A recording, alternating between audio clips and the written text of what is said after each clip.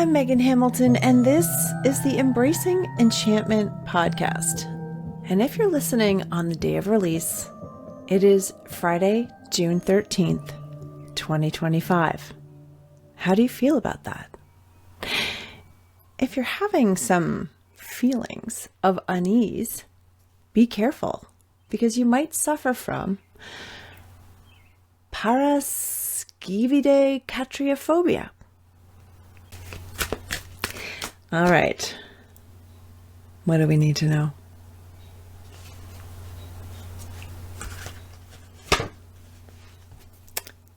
Ace of Wands, fresh start, new energy, growth, divine intervention, spark. If you're listening, Ace of Wands in the Rider-Waite-Smith deck is a hand coming out of a cloud. So that represents the divine holding a wand, which is like a big stick with a large knob at the end of it, with lots of sprigs of growth. And in this case, the growth, a lot of leaves are falling from the wand, which we know to be kind of, I don't know, raining magic. There's a house in the background, kind of like a castle, and mountains. Mountains are wisdom. The house is your home. Sometimes you can think of that as your body. And so where are you going to embrace fresh energy today? And what do you need to do to allow it to happen? What needs to get tidied up? Where do you need to create a vessel for this fresh energy to be able to take off? I like that. So let's dive in. Several years ago, I was watching a movie at my mom's house. It was about an Australian guy who had a roommate who talked about why the number 13 was a powerful number that represented women. She said that in every year, there are 13 months. She called them moonths. And in the old days, the word month came from the word moon. Women's cycles also lined up with the moon. And the rest, I can't really remember. I remember it was something about kings, something about sacrificing kings on a Friday the 13th and about the 13, which is why some new king never wanted to have to be sacrificed. So he made the calendar into a calendar of 12 months instead of 13 moons. So as to the accuracy of this movie, I can't say for sure. However, there's certainly some truths to it. And I remember it was the first time it occurred to me that it seems weird to have a month based on all of these random numbers instead of actual cycles that happen in nature. And that started me on, the beginnings, I would say, even of, that moment where you go, something that you've always just held to be true, and you go, wait a minute, huh? Is this true? Why do I think this? And we're going to talk about that a little bit today. So I was doing research because I think it's really interesting to study or think about superstitions, what you grew up with, what associations you have with them, and also, is it possible for you to reframe them for yourself? So in 45 BC, Caesar ordered a calendar of 12 months based on a solar year, right? So 365 days.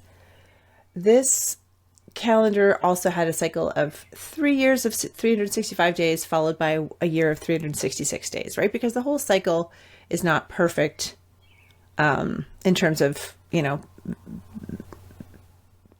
math. It is perfect in the way that it is because it is how it is. And in fact, it was what it was way before we came along and decided we needed to, get precise about it. And I know why we do that. it's easier. It's easier to create systems. However, it's imperfect. When first implemented, the Julian calendar also moved the beginning of the year from March 1st to January 1st. And I've been thinking about what would happen if the year began in March? Because for a lot of people, March does bring with it the idea of a new year, right? Spring, the leaving behind of the old, the winter, the dead, life and death cycles, and then like preparing for the new freshness, the fresh energy, the growth, all of the stuff that comes. I mean, we've done a number on our environment over the last century, and as a result, seasons are not necessarily happening the way they used to. However, moving it from March to January is interesting.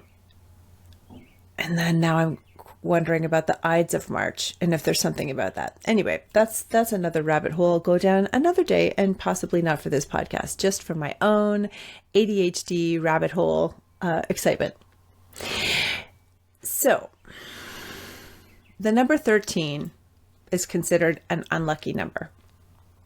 I don't consider it an unlucky number at all. In fact, I consider it to be quite a lucky number for myself.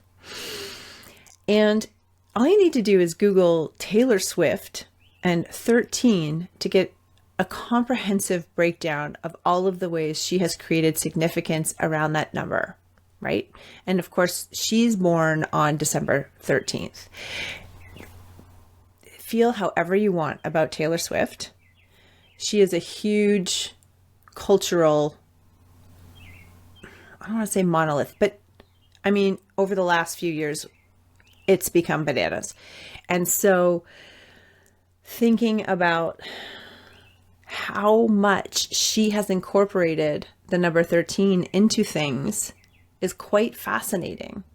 Even if I remember correctly, because my daughter was so excited when her record came out last year, the double record, I think that added up the number of songs is 26, which is 2 times 13. So there's lots of significance of this 13 in Taylor Swift lore, and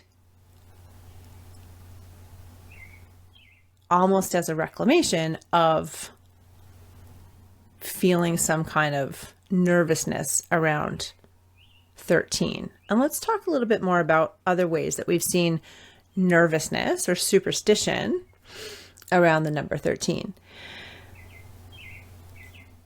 At some point, and maybe right from the beginning, a lot of places with elevators did not include 13 as a floor.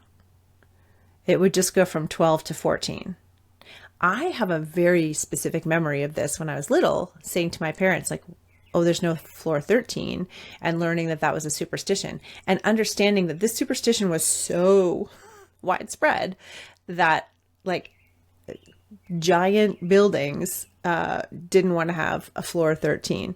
And then apparently in America, only 1 in 6 buildings with an elevator have a 13th floor. And I'm trying to remember, there's only one building I lived in my life that I had to take an elevator to get to my place in Toronto. I cannot remember if it had a floor 13 or not. And as many as 14 million people in America have a superstition around the number 13. Okay, I don't remember how many people live in America right now, but I'm going to guess this is like 1 in 5 at least. Where does this come from? And the bigger question I have is, what are we missing about this? Okay, so we know, we know how prevalent Christian religion is in culture of North America specifically, but also around the world. And so, the Last Supper, there were 13 guests And I think the last person was number 13 was Judas, who ended up betraying Jesus, right? So, okay, that's 13. Bad. In Norse mythology, the god Loki was the 13th to arrive at a feast in Valhalla, and he tricked somebody to killing the god Balder. That's interesting, right? 13, supper. Okay. I mean, also, if you think about it, at a table, 13 guests is going to be kind of hard to place well. But here's some other stuff that's interesting. Because 13 didn't always have to be and wasn't always a negative number. In fact, recognizing the 13 moon cycles as a year, as an annual course, was widely how things were done. And of course, if we're looking at moon cycles, we are associating with feminine energy because women's cycles are usually the same as the moon cycle, and not necessarily on the exact same times, but 28 days. Interesting.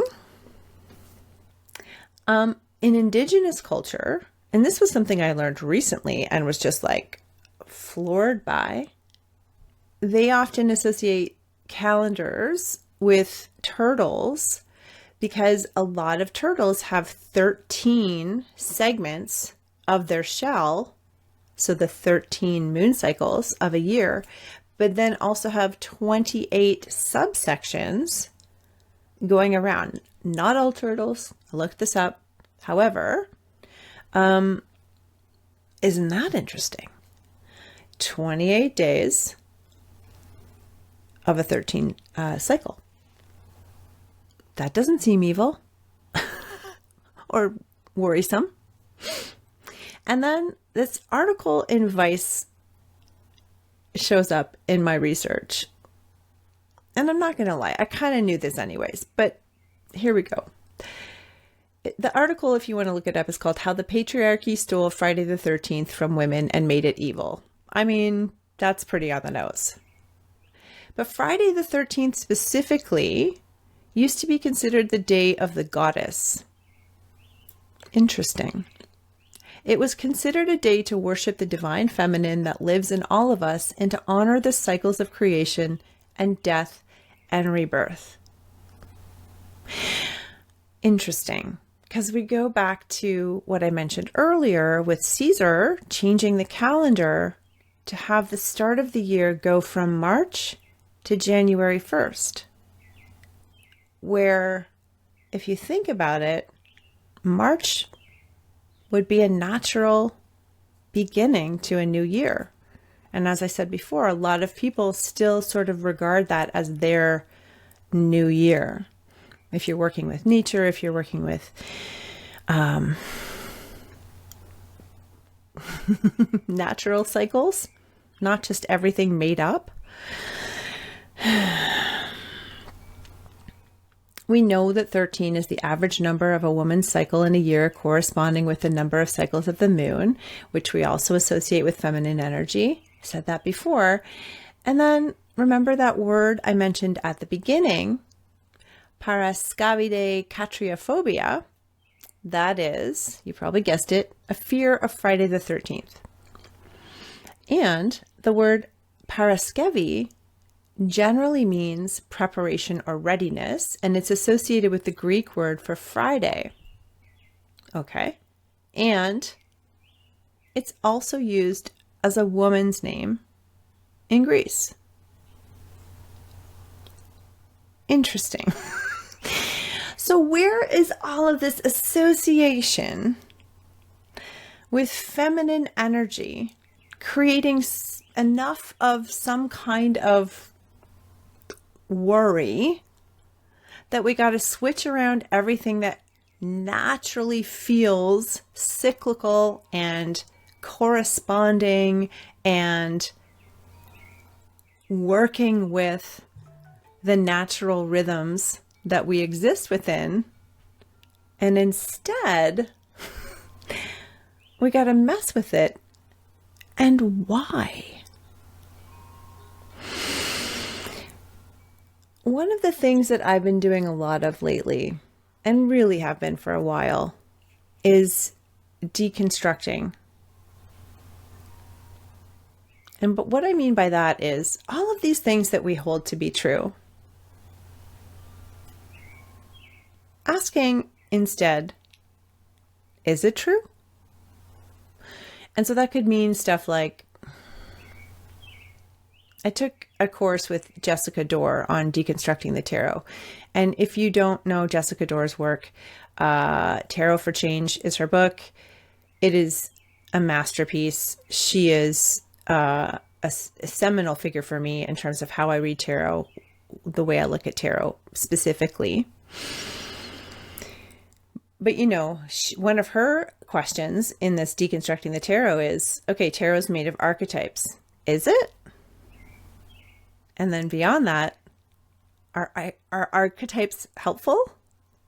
Are they real?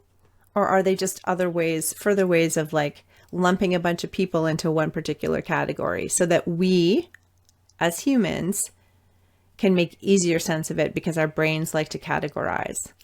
And then I've been thinking, do our brains like to categorize?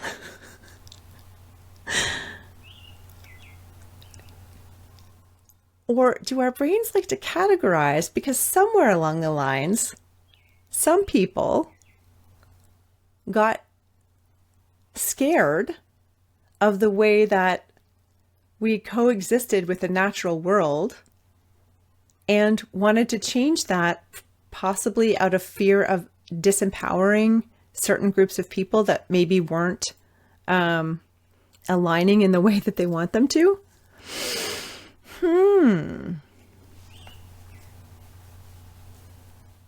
I mean, we know from every bit of modern research that's been done on gender that gender is a construct. That all of the ways that we feel like ourselves are based on really old science that actually, again, was averaged out in order to make things fit nicely in a box. And I'm talking specifically about hormones and also chromosomes. This is that's another rabbit hole if you care to go and look it up. It's very, very interesting. So what's the point here? I don't remember when I stopped worrying about Friday the 13th and instead started to see it as an empowering thing. But I did. And I'm now inviting you to, if you're curious about this, or if what I've started to talk about in terms of deconstruction is interesting to you, here's what you can do. And you're not going to want to do it all the time, but probably once you start looking at one thing, it's going to lead to another thing. Every time a concept comes up that you have taken to be true, you can ask yourself, is it true? Or why do we do it this way? Especially if another way seems to make more sense. So you can start to think about stuff like looking at how certain mental health diagnoses play out. So we know that a lot of research that's been done was done on men. This is for mental health and also for, drugs and medicine. The reason being, women's hormones make things tricky. This is not just like me saying it. This is across the board. I saw something recently. Was it Jen Gunter? I can't remember, but it was Michelle Obama's new podcast. Somebody on it said they didn't start doing research on women, or it didn't become mandated, I guess, until like the 1990s or the early 2000s. Like it's bananas. And so all of these, like how heart attacks present themselves, very different in women than it is in men. So a lot of women who were having heart attacks were told that it wasn't that. They were making it up or presented differently. And so, because of this clear discrepancy, let's use a nice word, that has occurred for millennia at this point, I encourage you, it's not question everything and nothing is true, but it might be, boy, this really doesn't work for me, but I've always had to do it this way. Okay, do I have to do it this way? Why is it like this? What would happen if I did it in a way that was more supportive for me? And start to tease out the places in your life where you might be unknowingly holding up the patriarchy, and ask questions, look things up, use reputable sources. There are so many conspiracy theories out there. AI is definitely not perfect in terms of facts. So, be careful with where you're looking stuff up. But, where can you start to question things that have been given to you as facts? And look, I believe in facts. I love science. I am also very weird and think a lot of weird stuff, as I'm assuming you do if you're listening to this podcast. Because I think one of the things that's happening right now, collectively, in our immediate consciousness and perhaps sort of a, collective unconscious, is a great unraveling. As we see things play out before us, not happening the way they're supposed to, people who claim to be a certain way end up being not actually that way. As we're seeing all of this happen, what might help you to be able to feel like you're not falling apart at the same time is to just start questioning your beliefs. Where do they come from? What do they mean? What are the implications of this? Because the more we get comfortable in our own sovereignty of thought, the more we can see what's happening before us and not feel completely disempowered, but instead feel as though we are the owners of how we see things and how we're going to go about things. I'd love to know what you think of this. Head on over to embracingenchantment.com. In the bottom right corner is a cute little microphone, and you can leave me a voice note and I might share it. All right. You can find all the information and takeaways from today's episode in the show notes or at embracingenchantment.com. And while you're there, leave us that voice note I was just talking about. Subscribe and follow wherever you get your podcast, and we'd love for you to leave a review. You're going to want to make sure you're subscribed. Listen to me. Oh my goodness. The next episode is a banger. It is really, really good. It is amazing. Okay. You're going to want to make sure you're subscribed because we have an exciting episode coming up with a 3-time Grammy Award nominated musician. You can catch up on previous episodes where we talk with award-winning author and host of the Witch Wave podcast, Pam Grossman. Incredible conversation. The horoscope writer for Cosmo.com and them, Colin Bedell. Also, incredible conversation. He was the first guest on the pod.